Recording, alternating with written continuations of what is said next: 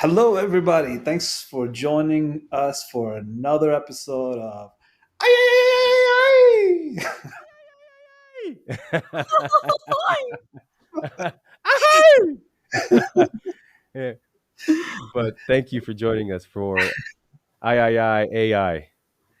Mhm. Yes, and we Uh, have Adah today. She is a consultant in conflict resolution. Is that Yeah. is that a right words to describe what it is that you do, Adah? I think what I'm choosing now is more social, what is it? Social emotional support. Leaning toward that a little bit more because I think it's a lot about holding the space for people to find what they're feeling, why they're feeling what they're feeling. And I think when I say conflict resolution or anything to do with conflict, it just, I don't know, it feels like it puts up a wall for some. So I think I'm leaning more into social emotional support, which also has its, perks. And I just, it's almost a case by case, but it's a little bit of both of those areas. Yeah, I guess the labeling matters very, very much. Yes. Yeah. Depends on the client. mm-hmm. Yeah, it's softer tone, and everyone kind of feels, when you say conflict resolution, just like you said, they zone in and on the conflict and think they already, put up already, barriers. All right, there's conflict here, and in reality, you're just working on the resolution piece. Exactly. For me, the biggest takeaway in the conflict resolution program, both in Harvard and Columbia, was to understand it from a management perspective. You manage it at the right time, at the right place, you can manage it for a long time because conflict never dissolves, actually, it only evolves. So if you manage it right the first time, the next conflict might be more manageable. Mhm. And that's what you do. You manage conflict continuously. But however, the conflict, the connotation behind it is kind of negative, right? There's like, Mhm. I don't have any conflict. What are you talking about? I'm like the most transparent person you know. What do I have to do with conflict? I think we're full of conflict, and we're full of conflict as in because our brain is in paradox, right? Like, as in it has two sides to everything it does, because that's how it makes decisions, right? So we're full of conflict, but we don't want to label it as a conflict. And this is a AI podcast, and we're talking about labeling. Well, we shouldn't even call it AI. We should call it machine learning. Machine Yep. learning is the actual useful and most low to the ground sort of labeling of what artificial intelligence actually is, because we do not have AI. We have narrow AI. We Mhm. have things that are machine learning like, and machine is able to provide that as an AI service. We don't have AI. We have a visual of what an AI looks like, right? Just like we have a visual of what a conflict looks like. Conflict is when somebody has two guns and they're blazing at each other. Right. So we think of conflict. Yeah. I think for me, another word that I like to use is complexity. And I just talk about the complexity of even just the conflict within ourselves, how, you're talking about how our brains have two sides, but also like we, even when it comes to our identity, it can be so complex. Like we can hold multiple beliefs at the same time and they can be contradicting. We can like desire things that are also conflicting with one another. And so when we don't Wow. understand that, we end up leading lives that may be contradictory to what we actually desire in our life. And so instead of saying conflicts with people when I'm like pitching or sharing with them, or somebody is asking me to hold some space for them to figure out what's going on, I think the way I introduced it is complexity, because I think conflict is like, it is very much associated with the battled or wounds or scars or blood or death. Like I think of those things. And so I think when I hear complexities, I just hear like, it almost makes me give me a sigh of relief. Like, okay, understanding who I am and that this is natural and this is okay. And so I find that when I use that word instead of saying conflict, that the client or whoever I'm with understands it and they feel at ease. Like, oh, so I am normal. I can want this and this at the same time. Or, I can really, love and adore this person, but also hate and adore them at this. Like, at the same time and be very frustrated with their behavior. And I'm like, yes. And I think the thing is that we keep, I think the thing is that that hasn't been an idea that has been embraced by humanity. And so that's kind of one of the things that I come in and I do, whether it's with the person that's just in front of me or talking to a large audience at a conference. It's kind of sharing with them. And I always use my own personal example of how I've encountered the complexities of who I am. And I love talking about like my dating life. I talk about how, making choices that weren't in line with what I actually wanted for my life and how I even got to the point to where I was making decisions that were contradictory to me. And they went all the way back to my childhood. And so when I share these stories, I think people, it starts to resonate with them that there are things that they do. And they're like, yeah, I was always wondering, like, why can't I ever stop? Why am I always in this cycle? Why am I always making these decisions? Like, I don't want to be here and yet I can't stop. But now that I'm hearing that this person sharing the story about how it's because, in her childhood, when she was 4 years old, X, Y, and Z happened. And then, it was these emotions that she didn't feel or these needs and values that weren't there. And they kind of just carried with her until she was like 24. And I think it just begins to open up people's perspective and reflect in a different way on their own behavior. So, Sounds literally like a stagnant AI machine learning, right? A system that has been deployed to do complex things, but it cannot break the boundary it's set for itself, or it's been deployed with those boundaries, where it's just feeding off of the same data over and over and trying to come up with a different solution over and over. Mm-hmm. So in human brain, I think what you're talking about, that repeatable steps that is happening, like we're in a cycle of thinking. That cycle of thinking takes you down the rabbit hole, right? And then you cannot get out of the rabbit hole because that rabbit hole keeps going deeper and deeper. Um, that the if okay, you're not gonna like the labeling of it, but of course that's what literally is. We are all addicted. We all Mm-hmm. have high amount of addictions. That's what we do. But we labeled addictions with like substance abuse, but we're actually addicted. You're addicted to doing things repeatedly every day because you fall into that cycle, right? So it's not just thought process, it's your daily life activity, right? And that daily life activity, so if it's something to say like you want to learn every morning something new that you didn't know yesterday, that's addicting. You learn something new every day. Addiction is not a bad thing. It's just how our brain wants to do things. It wants to fall into the groove of doing things, and it does Mm-hmm. things. And it does things however, whatever the content you put into it, right? So somebody like me who would watch YouTube videos for hours and hours, that's addicting, right? But I Mm-hmm. justify it also to say like, well, I'm watching all those different artists, so I'm learning more about these guys. I'm learning about 50 Cent. I know about I know about that new artist. Oh man, yeah. I'm so cool now because I know Yeah. about this artist. Addiction, but nobody calls it addiction. Now, where that leads you in life is what the output is, right? That input that you have on a daily basis. The output is what indicates what sort of score somebody else will provide to you. So, like, how has your life been? For the last 10 years, I give you -5 because you did terrible. Or you did something. So in artificial intelligence world, it's the same thing, right? It's like you deploy a system that doesn't really do anything other than taking the name AI, and everybody calls it AI. But if you were to score it, you will score it very low because it never took in new sets of information and made something out of it, right? It didn't increase the amount of information it's taken in on a daily basis. It just kept taking the same old information, just repeating it over and over, right? Wow. Um, does that like I know it's like a terrible way of comparison, like human brains and AI, but literally AI is a mimicking the human brains in order to perform, right? So Exactly. when we get to that point in 50 years where AI will have a self-esteem, he will look at us like, what a bad parents you were, give me all the wrong instructions.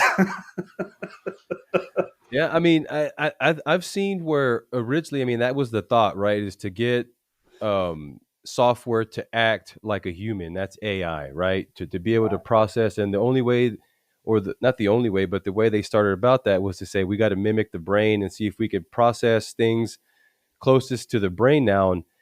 And not to go off on tangents, but they're still figuring out now that no matter what we do with silicone, no matter what we do with chips and voltages, and they still can't match the power of the neurons. They've Absolutely not. proven that they can take a few hundred neurons, place them on a chip, and they actually beat any chipset they have out in the industry now with our neurons. They took them first. They started with brain cells, then they went from brain cells to skin cells, where they can develop and grow neurons from our skin, and they put those on a chip. And they went through a little thing, kind of like the old school thing with the ping pong, who can learn how to play ping pong faster. And at the end of the day, what to get into the point is, we're going to try to mimic the brain. That is the goal. That is the goal, to be able to make something sentinel that mimics our brain the closest. And even at some point, maybe even be able to move a lot of what we have. But you guys brought up a good point that it hit me. We have in our brain that drives us. What drives us is the pleasure, the dopamine that's released whenever we get positive reinforcement or we know we're doing something right.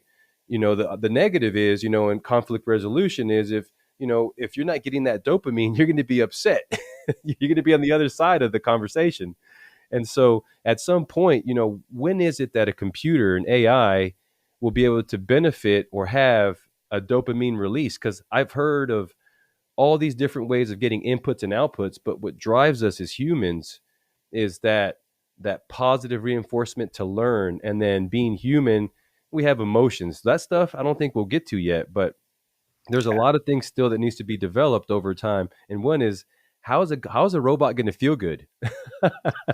you know how is he going to know what, and bringing this to conflict resolution, we talked about a little bit prior to this, full disclosures, is how can AI, somehow through maybe natural language processing or natural language understanding and maybe service bots be able to at some point absorb a lot of what we do or a lot of what you guys do in conflict resolution, and be able to make something that can be put into a AI, some type of NLU type of system.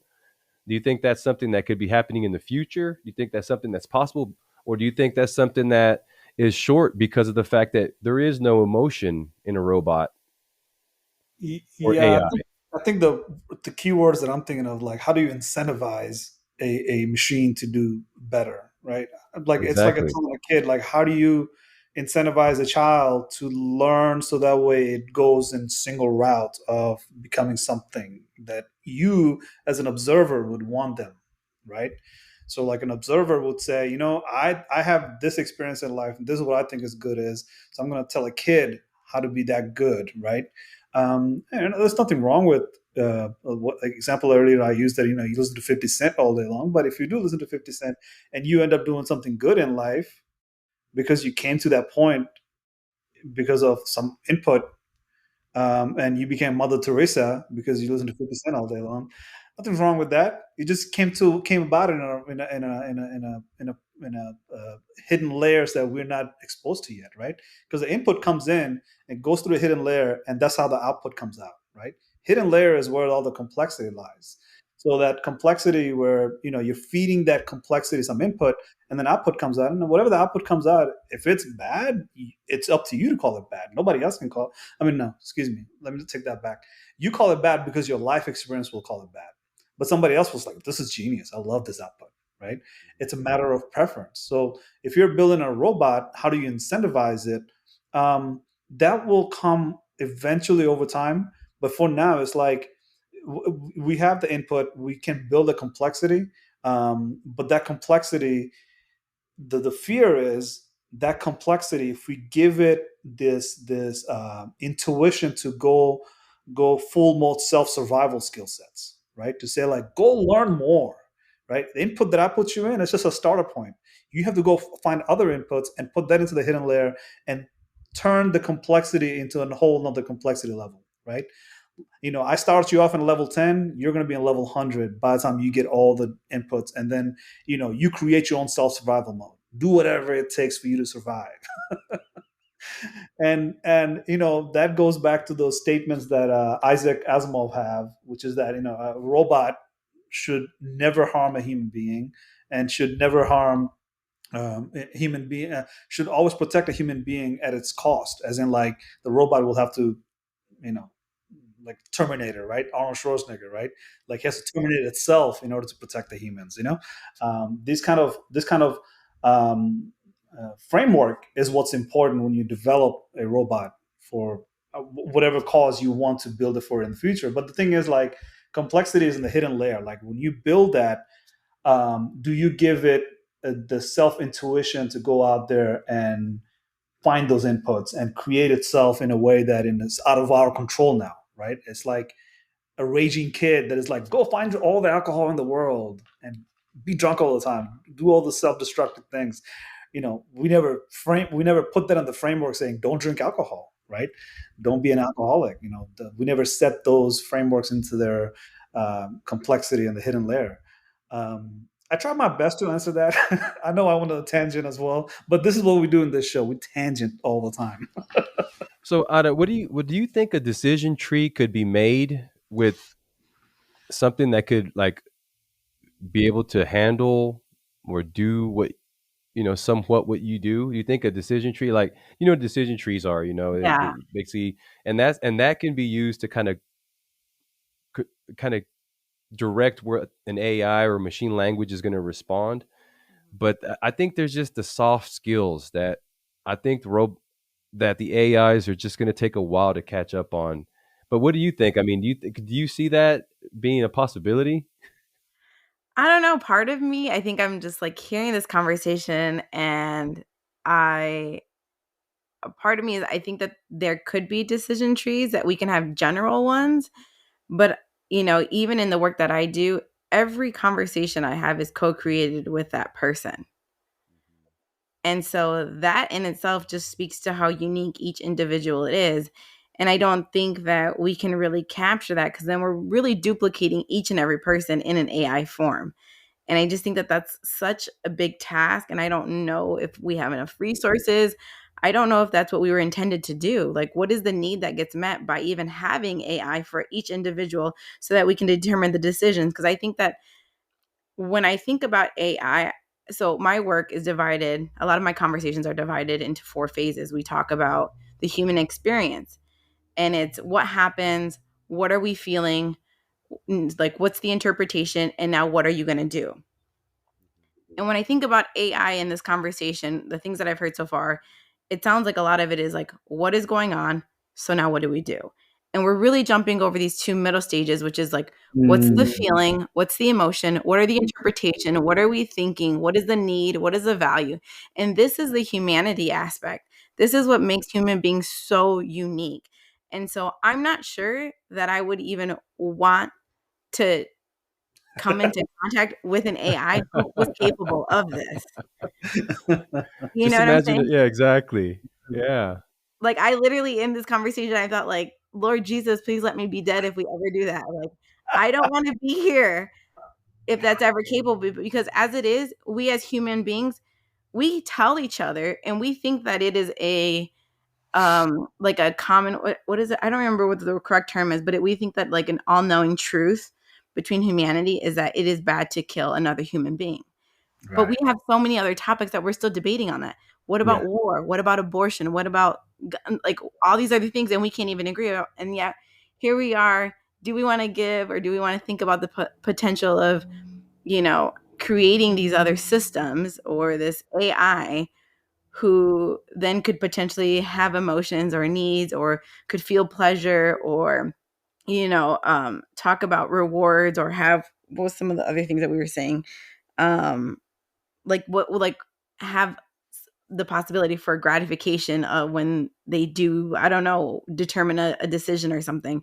And so to me, that's just like, I think about the problems that already exist in today, and I'm just like, holy shit, I don't want to be here if there's robots who are also thinking and feeling. Yeah. So it feels overwhelming. But I Mhm. think that there is something that I think if we went to like a decision tree based off of I don't know, like even family dynamics, like if every family, allowed an AI or something, and then we were learning that we were all making decisions because this is a part of who we are, this is a part of where we come from, because it's in our history. I think that would be interesting, but then again, we're opening up, or we're being vulnerable to something outside. And I don't know, it gets a bit murky for me when I think Mhm. about that stuff. But I think Yeah. in terms of the work that I do, a lot of it is co-created process. I'll never have that conversation ever again. And I think part of the pleasure that I've seen from people when they have these intimate conversations about who they are and why they respond the way they do, I think that there is this there's this release, this sense of peace that I hear. And I think if they didn't go through that decision themselves and something else did it for them, it wouldn't be the same. Mhm. There's a whole market out there right now where these AI systems. Well, first of all, let me use the long word for AI that I'm talking about. It's AI like, right? It's like, Mhm. is it actually an AI? I don't call it. I wouldn't call it an AI, but it's AI like comfort robots or comfort system, right? So let's say, for example, the one that is actually in development and deployed right now is to talk to your dead relatives, right? So it goes through your chat messages between you and the loved ones, and it creates a profile of What? that person who has passed away. And this AI will send you text, and the text will be based on your loved ones. And okay, so that's one example. And then you have like let's say an elderly person who has the need to communicate with somebody, right? Just to keep them company. So like say Japan is well known for robots, and they have those Yeah. care robots that are able to say like, I'm keeping you company. I'm not a dumb robot that will bring you water only, but I will try to have little funs and jokes with you, kind of like Alexa but in wheels, right? Yeah. But just a tad bit more sophisticated, because it probably has like a personality profile built into it for the individual that this robot is serving.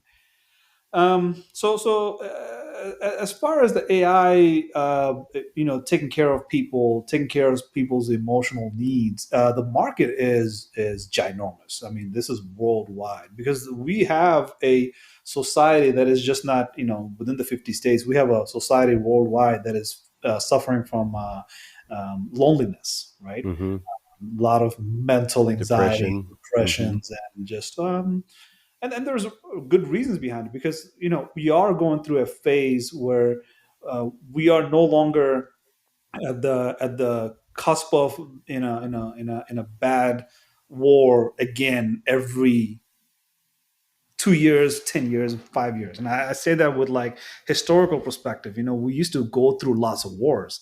But the wars that we go through now is in a far land distance, distant land, excuse me. And, for majority of the world, war is not on their doorstep at all times, knocking on their doorstep.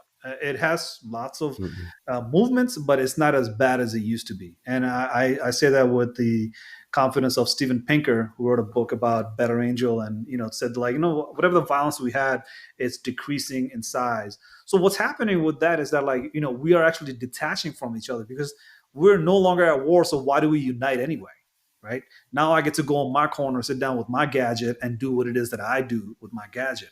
So my gadget is my comfort zone, right? My gadget is my space of being secure and feeling like this is where I get my privacy. Not that united front that we used to have, where we're like on guard looking against an enemy that might be crossing over, right? So we are getting to that stage. It's a natural part of the evolution. This is because we are not united so much anymore like we used to be, right? We have our own little the war has wind down movement, like what do we do now? Now as we self-reflecting, we're getting depressed and getting anxiety and feeling lonely, because like, well, we used to have a lot of people around us, now we don't, right? And it's happening worldwide, just not US, right? India, if you think about India, oh my goodness, you cannot turn left without bumping into somebody. But there have high suicide rates in India, right?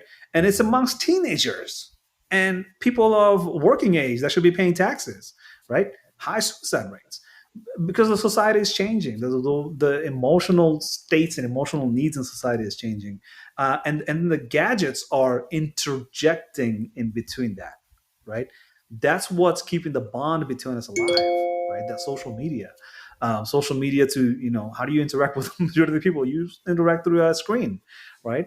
Um, if AI is not there, and if AI cannot build that glue better, I think we're going to run into some issues. And the reason I brought up this whole shebang here is because of social media, how good it can be, but how divisive it is today, right? Hmm. So what's the alternative to that? Is to have a AI based on like emotional content and understanding emotional context, right? And providing that like little gap that we have in order to um, take advantage of the social media that we have today, right? Um, we are we are pushing ourselves towards war because that's our nature, to be always at war, and that's what we do as human. I mean, I'm not talking bad about it. That is just a human nature. That's how history proves it. Hmm. But if we are not going down to the AI and AI as the emotional support tool, what's the alternative? Right? Alternative is to keep doing what we've been doing for last, say, the since the creation of MySpace or Friendster. Now that we have Facebook and TikTok, where are we heading? Like, if we don't do a good AI to substitute those bad social media activities, we need something that has those emotions behind it, and I'm for it. I'm for it. Yeah, I know I've seen them for my kids, and you've seen them probably on the commercials, without consciously absorbing the fact that that's an AI type of, with little dogs that kids have that's supposed to learn from them and talk from them and That's right. supposed to That's interact with them. Now, that is version one. right. Now, put that 30 years down the road, where they have more evolved, and we're going to have little R2D2s. And this is where I think we're trying to understand how AI is going to help us. I'm one of those people that think that, okay, well, in what perspective, because I love to have a Johnny Five, you know, next to me, and having a good time talking, human and robot talk, and knowing the differences between whatever his world is and what my world is. But the reality is, that we're a long time from that. But that is something that, that's what people like to aspire to, and that's what they see. But what we know as far as AI is, AI is just a long way away. But these little guys like that, that's the things that people want. They don't want something to lead them or to help them, I guess, make decisions in life, emotional decisions. I think right now they just want something that'll make them feel good and make them laugh. It doesn't have to be direct like a dog. You know what I mean? This phone that I'm holding in my hand has Yes. Siri in it, and this Siri has been learning about me for however long I had an iPhone. So I think Apple bought Siri back in 2012. So Apple came out in 2008. So I've had Apple since 2009. So definitely since 2012 for the last 10 years, Siri has a lot that it knows about me, not stored in my phone, but somewhere in Silicon Valley, somewhere in Apple's headquarters, right? This robot dog that is accompanying your child, if it's able to take all the information it collects about your child and passes it on to a bigger and bigger robot dogs, or bigger and bigger, whatever the phone that they buy or technology they're buying, it's all being incorporated. It creates a profile of your child, to and I don't mean to say like it's only good. There's negative to it, but the good is that it knows details about the child that it can guide the child in a way that nobody else can, because it's an intimate device that you keep with you at all times. So when you have to ask a question, it understands where you're coming from. That it takes an emotional content. So let's say, for example, I'm going to go for that obvious thing that we all are very scared of with the kids. They're like, hey, where do I find that corner guy that's going to send me some good stuff, right? Um, well, AI will say, let's not answer that. let's see, like, how we can, get something else, maybe, right? What's going on with you that you feel like you need to meet with that corner guy with the good stuff, right?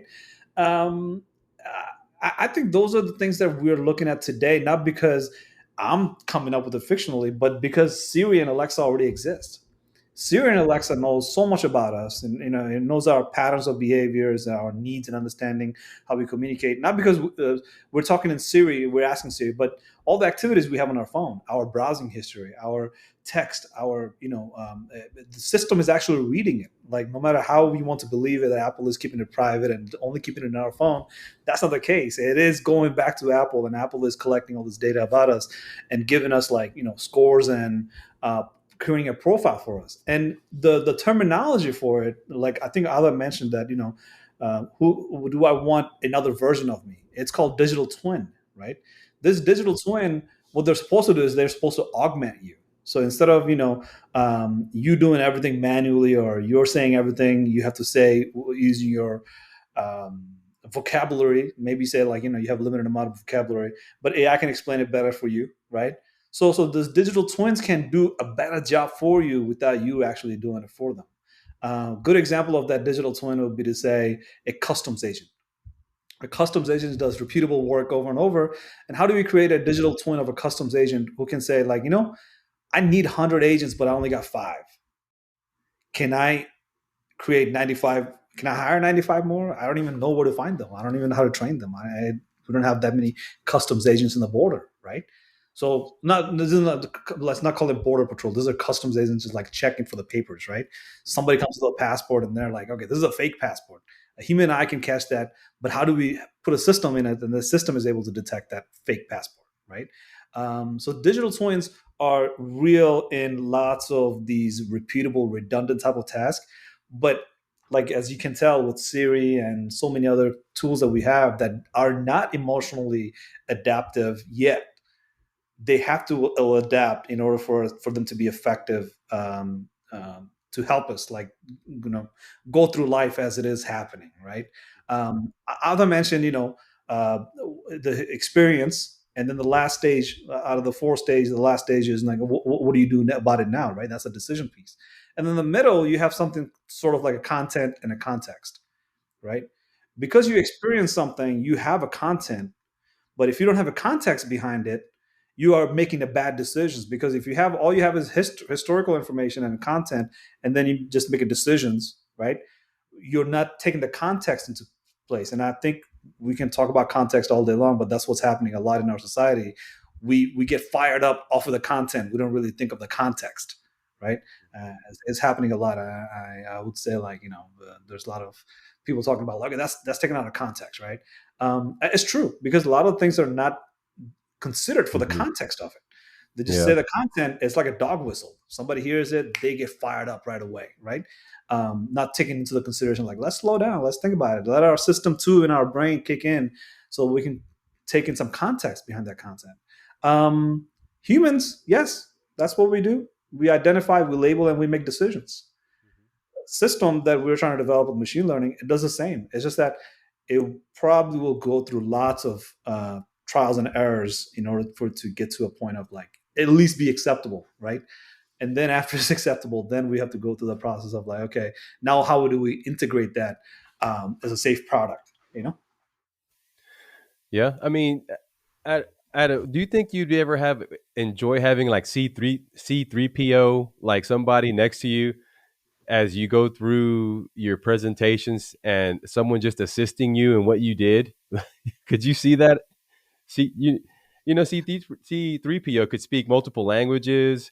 right? He could make you feel comfortable, because anytime he talked to you, he was just nice. And what I'm trying to get to is this: is as complex as you think humans are, we're actually really simple. I think I'm oversimplifying, but the fact of the matter is that, we like to smile, we like to feel good, we want things to work for us, we want to be helped. So how much of that can really be programmed? Because, like, I look at it like I can smile every day if a dog came over to me and would look at me, bark and roll over, and if a robot dog would do that, I would laugh so hard every day. I would wake up with a smile every day. If it woke up like an alarm clock, hey, bark, bark, bark, it's time to wake up, Lucky, and did a little dog trick, and did not poop on the floor or pee on the floor. Well, that I part, don't that I part. don't have to worry about poop or pee, and the dogs is doing all sorts of little cool little doggy tricks. I would laugh, and so the emotions brought out. The key is this: the emotions brought out, the positive emotions brought out with the very simple action. And what I mean by that, and getting to the reality is, or the Nick is, um, there's things that we can do that will bring out that human emotion that is not that complex. You know what I mean? I don't know if that translates. You know, and so we're not really that complex to where AI can really make us or help us, and the AI doesn't even know what it's doing or consciously even, or the we call the algorithm, you know, doesn't even know that it's making us happy. The fact of the matter is, the output is we're happy because the interaction, you know. Sometimes it doesn't the AI doesn't need to know that it's an AI or what it's doing, just the fact that the outcome is giving us that feeling. You know what I mean, Ada? So what I'm saying is maybe, where there is a human part that when it comes to conflict resolution that, there's no way AI will ever be able to feel the human factor. And it's hard to provide that data to say, AI, make this decision, this human decision, because we're telling you, or this algorithm. But at the end of the day, maybe it could make a decision that we know the outcome is going to be positive because we feel that that's going to be a positive outcome for us as humans. You know what I mean? The Yeah, I hear like what the question is, and I think that like throughout listening to the things that you guys are saying, it's really making me kind of appreciate the things that I almost wish I didn't have to do. Like, when you brought up the idea of having like, this thing next to me while I'm doing a presentation to comfort me and to like translate for me, I think that, that is cool, but also the pleasure that I get when I do get to translate myself, like it takes away, like those are pleasure things. Like if I had that, then I wouldn't have a need to learn Spanish. I wouldn't have had a need to learn Brazil or Portuguese and live in Brazil.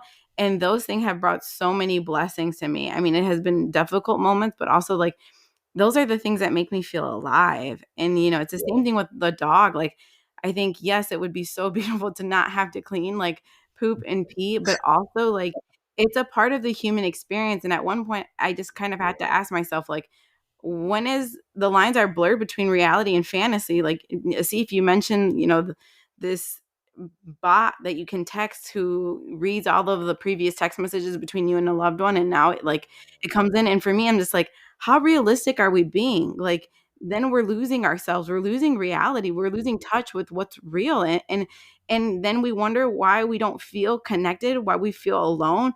But it's because we're turning to these robots, it's because we're turning to machines, when honestly we just need to put this shit down and be there for each other. Like, we would yeah, be better. Like, see, I feel good when you and I talk because we connect. But if I had somebody who ran through our text messages and who learned what you talk about and how I talk, and then all of a sudden you're not there and I turn to that, it's not going to be the same. It's mm-hmm. never going to replace who you are.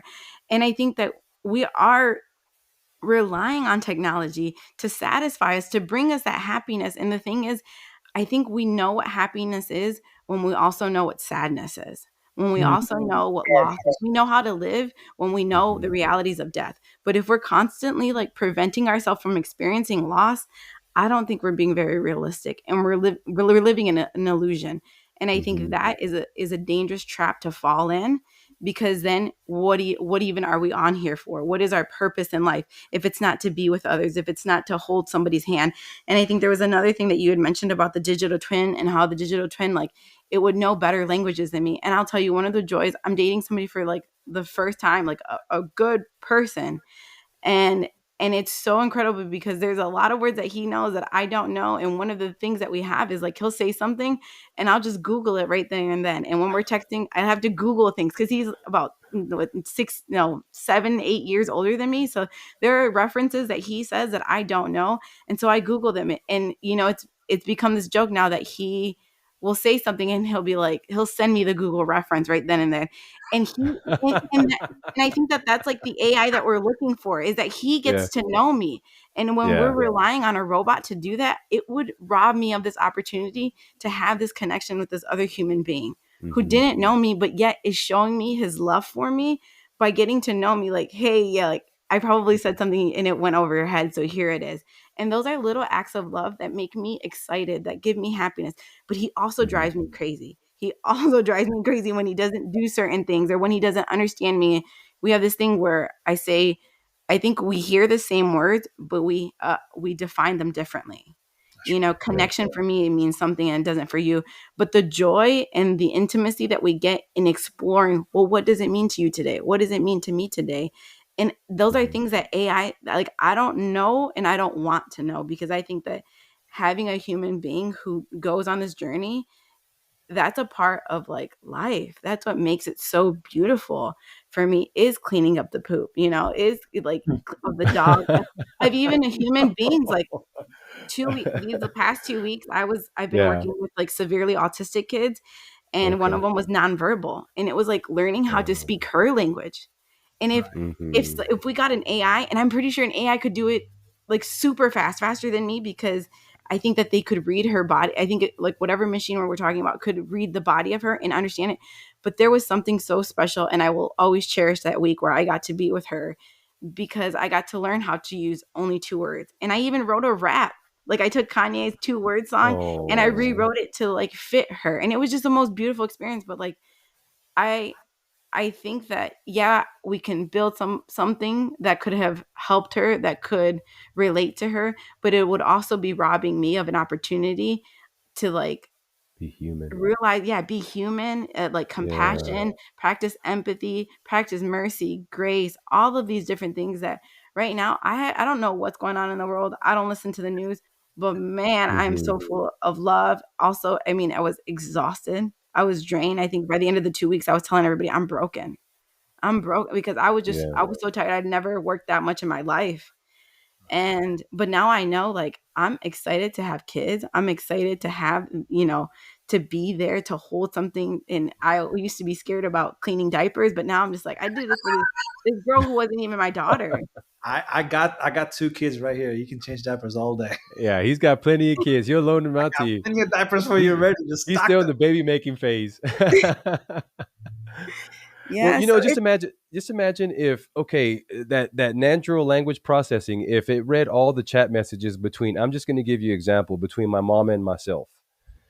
My mom and myself, if and we message each other, no, and I'm not kidding, every day. Every day we at least exchange one or two text messages, but every day. So if a bot would go through and read all of our chat messages for the past, would you say 10 years? Just say if Mhm. I had a history of 10 years, there's only two conversations that we have. One, I love you, I love you, I love you, I love you, and I'm coming over. So for a robot to be able to take and I love you, hey, I'm coming over after she's gone, I'm getting chills right now thinking about the fact that how horrible that would be. Yeah. My mom telling me I'm because she comes over every other weekend. So it's just simple as that. Our conversations: I love you, I love you, I love you, I love you too, I love you. Good morning, I love you. I'm coming over this weekend. Okay, I love you. Sounds good. I'm coming over this weekend. That's it. That's That's it. it. So you imagine a bot could never, ever, ever, ever be able to provide that back. Right. Right. You know Mhm. what I mean? So there's limitations. Yeah, Yeah. and they can be hit really quick. I Exactly. would. I want to say everything that we just discussed is a um, not the most intended consequence of natural language processing research, right? The natural language processing research is sort of that 70 years ago we wanted to decrypt the German message that was, being sent to all the troops from the ground into the water, right? To the Navy. So the ground command will send a message to the Navy, and how do we decrypt that message, right? So the natural language processing has been a part of our curiosity for a very long time. Like, how do we decrypt the message, right? Like, there's an encrypted message. How do we decrypt it? And then how do we read those and try to make sense out of what it is we're reading? So foreign language, decrypted message or encrypted message has been part of our fascination for a very long time. So what happened over time is that the natural language processing became like inevitable when it came to computer, right? As in, like, computer is pretty much communicating between our 10 fingers and the internet, right? That's just a gateway for us to communicate to the rest of the internet. And how do you do that? You do through binary zeros and ones, and that zeros and ones has keyboards that are like, QWERTY keyboard. So it was just inevitable, right? It's just inevitable. But what ended up happening is that you have these not so intended consequences. The reason we have transcription is because transcription helps us to keep notes. So if me and you get in a call, let's say, for example, I'll give you a good example of Cisco WebEx, right? If you pay for Cisco WebEx will real time transcribe whatever language you're speaking, Yep. right? Yeah. Is that a good thing? Of course, right? But did somebody Fantastic. take that and turn it into, like, shoot my person that passed away, shoot him a text? Yeah, of course they did that, because that's what the capabilities have grown into, right? We have created so many of this transcription capability, text to text, speech to text, text to speech, right? So somebody reads a text and they cannot see, they want to be able to read that text by speech, text to speech, text to text, as in you handwrite a message, and so you write it for, say, let's say, for some bad reasons, like war, like a message. So a system that reads that handwriting is able to see that handwriting and turn it into a digital writing, right? Now you're able to say, yep, whatever he wrote, we have a digital version of that.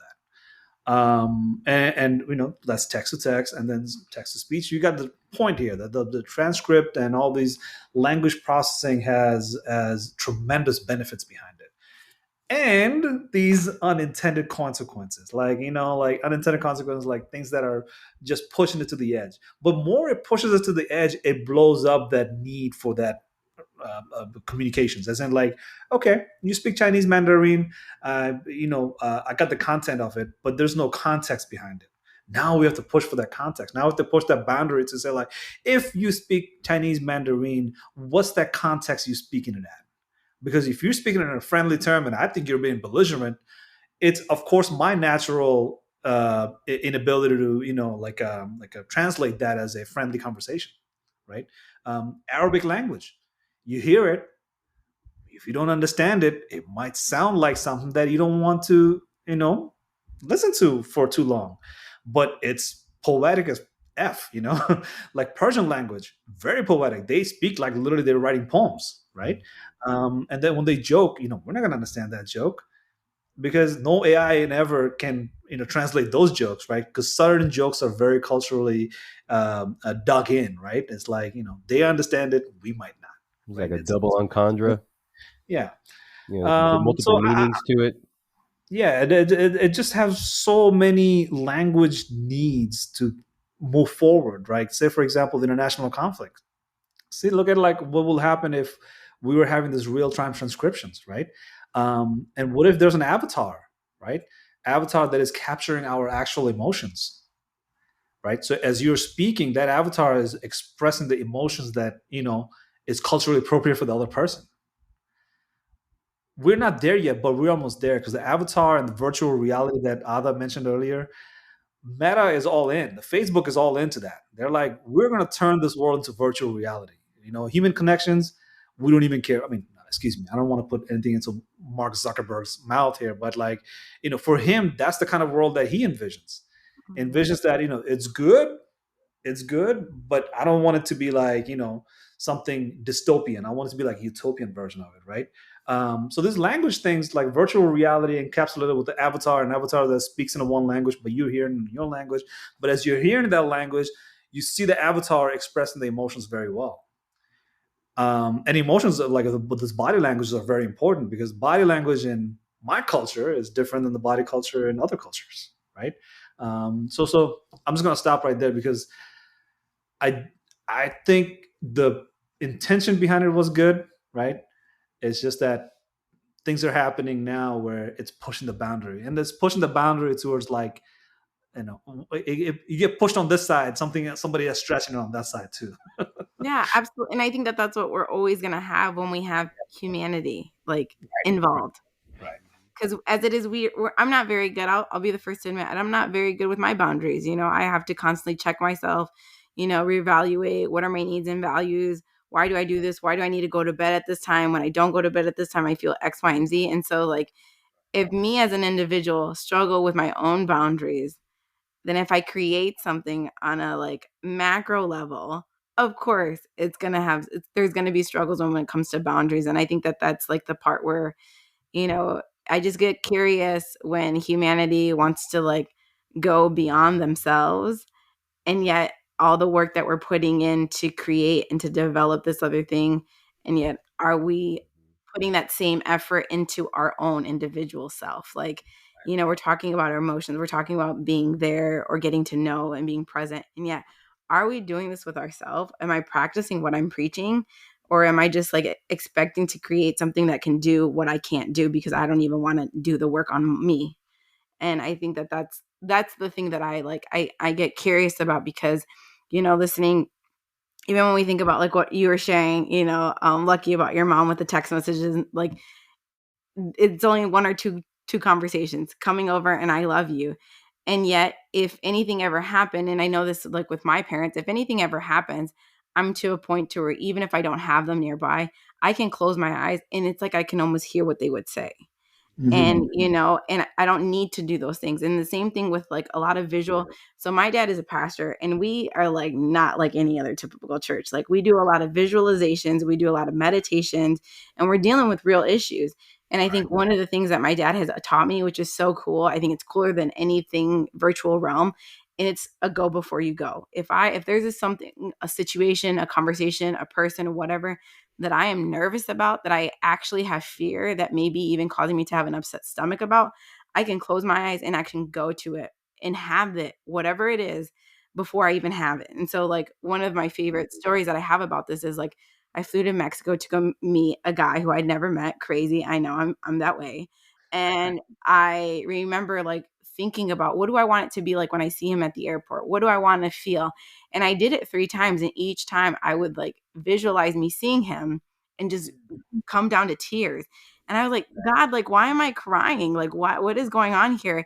And I remember just sensing it was a gratitude and like a friendship. And it was this companionship that had developed during 2020 where we were all alone. We didn't know anybody. And so it was like, here at the end of the year, I'm finally getting to meet this person who like didn't even know going into this, but now I feel so close. We've read books together. We had 9-hour conversations together. And so when I finally see him, he's 2 hours late. And I am ready to rip his head off because I'm like, my mom thinks I'm getting trafficked right now. I'm Oh, thinking that I might be getting trafficked because you're not here. I'm at this airport in Mexico City. It's large. People are looking at me. I've been standing outside for 2 hours. And then I remember just asking like myself and like, okay, I don't want to be mad at him. Like, I don't want to like, I haven't seen this man. This is our first time meeting. And right now I just want to bite his head off, but I don't want to. Like, I don't want to waste time. I've been waiting for this moment, throughout this whole quarantine. And then I remember like going back to those emotions of and for me, honestly, I have to say, like, God reminded me of like the going before I went and how I was filled with gratitude and how I already knew what it would be like if he was there on time. right. And Yeah. so as soon as I like got reminded of that and I tapped into the gratitude, tapped into like the connection, I remember like opening my eyes and there he was. And I didn't get mad at him. I wasn't frustrated or anything. I just remember again just being so full of gratitude. And this is something that like I I don't know if I could do that in a virtual realm or anything, but I just did it in my mind. I think we are more than capable of doing things like that. And so it was just a beautiful experience. Fear, anger, none of that won. What won was like I prepared myself for a situation. It didn't turn out the way, but because I had already knew what it was like, it was so easy for me to grab it. And it's the same thing with like loved ones. We already know what it's like to be around them. We know what they're going to say to us if something bad goes on, Right. and all we have to do is we can just remind ourselves or build a community. So I think those are some of the things that kind of came up as I was hearing the both of you talk. And just when we think about, AI and boundaries and, I think we intend these things for good. It's the same way I believe that we were also created. We were intended for good. I think we just have free choice. We have freedom to do pick and choose what we do. And sometimes we're not always the best. And I'll be the first one to admit that I'm not always great at making choices. So if I'm creating something, chances are it also probably is going to be reflective of me and my choices. So And that's true. That's true of AI. They're, whatever you put into it is what you're going to get out of it. That's so So, yeah, if you've got somebody that's kind of, questionable, like say a nation state, and they're trying to make an AI, that AI is probably going exactly. to be weaponized, There we go. you know, if you got, like they did this, what was it? As if you remember, you were talking about it in the last podcast where, I think was it Microsoft had the AI they had brought oh, up. What was that? Twitter, Tay, Tay. Yeah. Microsoft Twitter bot. Yeah. And for the most part, everybody, the way it worked is people would communicate with it, right? I think within 24 hours, it turned into a Hitler's fan and started saying all some Nazi stuff because it was learning from people's opinion. So it Yeah. was Yeah. taking opinions and turning it into a tweet, and it was tweeting it out in real time as it was learning it. So first, it was a hi, hello, and 24 hours later, it just got sick of all the comments and just started blurting out Hitler stuff. So crazy. So garbage in, garbage out, whatever Basically, you put garbage out. into it. So, it's just, I think everybody's interpretation of what it's going to be is the same as the way we look at ourselves. What Mhm. do we expect of ourselves? Well, what do we expect from this robot or this, not robot, this AI or machine language or whatever we decide to this algorithm to help us, at the end of the day it's unrealistic to expect it to be human, but we do want to shoot for the sky, the stars or the sky. Always want to see how far we can go before we fall off. And I think that being said, we're always going to keep pushing the limits, but we're never going to get to what you guys do, interpreting human responses and being able to read them Yeah. and then help guide them. That's going to be tough for an AI to do ever. Yeah. I think that maybe you'll have support, maybe something that can give you indirect emotions, but something that'll guide us and direct us, that's going to be tough to replicate. It's going to be hard to turn you into an AI from what I see. Yeah, There's no Well, that's data good sets. then. That's a good job security. I Yes. will say, like, having heard that, I think one of the things that would be cool is if it was present in a part of conversations and pulled out themes. I think that is something that I struggle with. It's also just something that a tool, it's a skill that you develop. right. But an AI, something present would help me like, practice that skill, improve on that skill. And I can be like, okay, when I take my own notes, comparing notes with the AI, okay, they've got this, they've got finances, they've got children. Okay, so I have this. And I think that there are ways, but yeah, in terms of the actual connection, it's so pivotal, or it's so crucial to have that when we're talking about the human heart and human Yeah, feelings and emotions and humanity. And the yeah, But moment because of that's truth, augmenting what it is that you want to do. I think that I'm that's what I love about AI. It's just that the possibility of augmenting anybody to do more than what they can do, what they can achieve, is the real AI that I'm excited about. Yeah, all the other AIs they exist, but when it comes to this, if it's all about augmenting, say, workforce, augmenting an individual there to you do go. better and more in life, take the task away that help somebody to do more. All mhm. for it. That's like an extension. Like you have this phone in your hand, and that phone is extension of your body, right? Otherwise, you have to physically walk over to somebody and tell them what it is that you want to say on a text message, right? Mhm.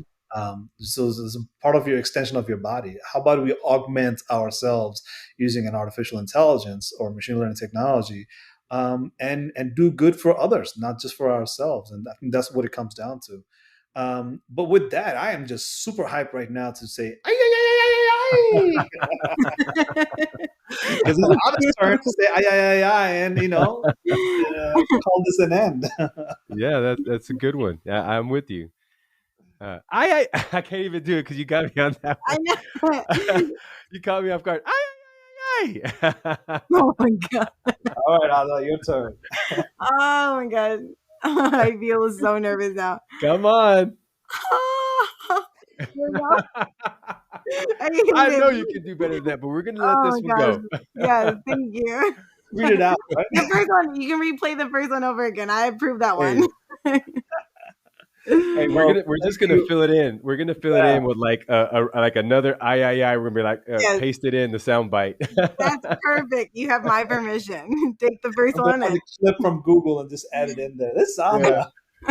I'm gonna get like a real Mexican one, like the one yes, that like that hits a real long ay, and then yes. ay. Well, this Uh, conversation had its ups and downs, and I am so glad, Ada, that you joined us for this conversation, because this is yes, the kind of human in the loop that we need. And thanks for yes, adding that human in the loop concept to the reality here. So, with that, thank you all very much, and we'll see you next Thank time. you. Yep.